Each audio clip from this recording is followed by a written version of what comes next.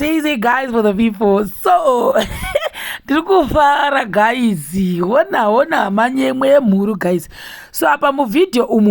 I'm just doing a voice over because nandiri kwakutumpada wana kurenki kwa kune noise ye radio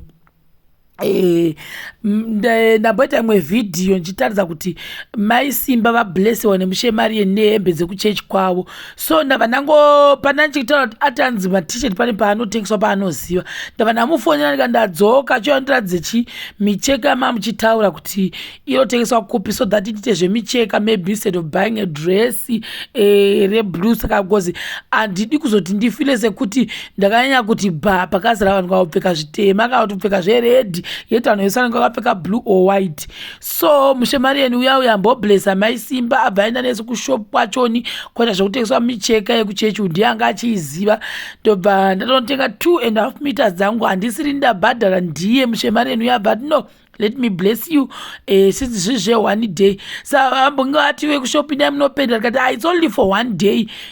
zvekupendera yato drama tongotora zvakadero ndodati ndadai nechidhuku ndinge ndakamechawo pane vamwewo ndisazofila out of place ndobva tacheka chimwe chipisi ipapo so hameno kana zvikazongondifitawo zvinhu zvatichaita apa then tazoenda mushop iyo amukuva takabata t-shirts mushemari yenu yayamba afona kushopi yaanoziva inoitwa zvekutengesa t-shirt saka pandapinda mushopu ubva ndatoti shopi iyi ndaiziva ndo mana achihera zvekumbondipa potatoes ebirthday ndo ndatozomubvunza kuti chero ari kupi so ini ndatengerwa t-shirt iyi mai Simba bva vatengerwa t-shirt nese mushemari yenu ambovablesa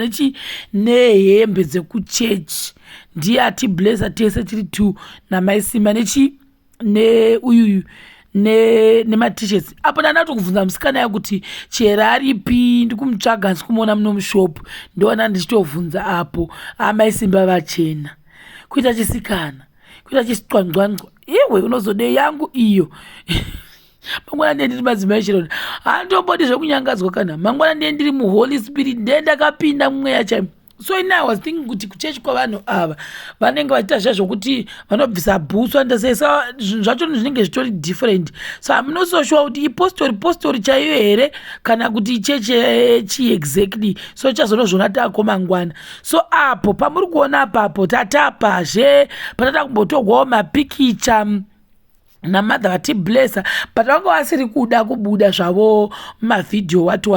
avo mai saka pajuzi rambobviswa namai Simba vachizama ma-t-shirts then nekumbotoratora mapicture tachiitwa then chera chashe uyu anoita zvekutengesa machipisi parengi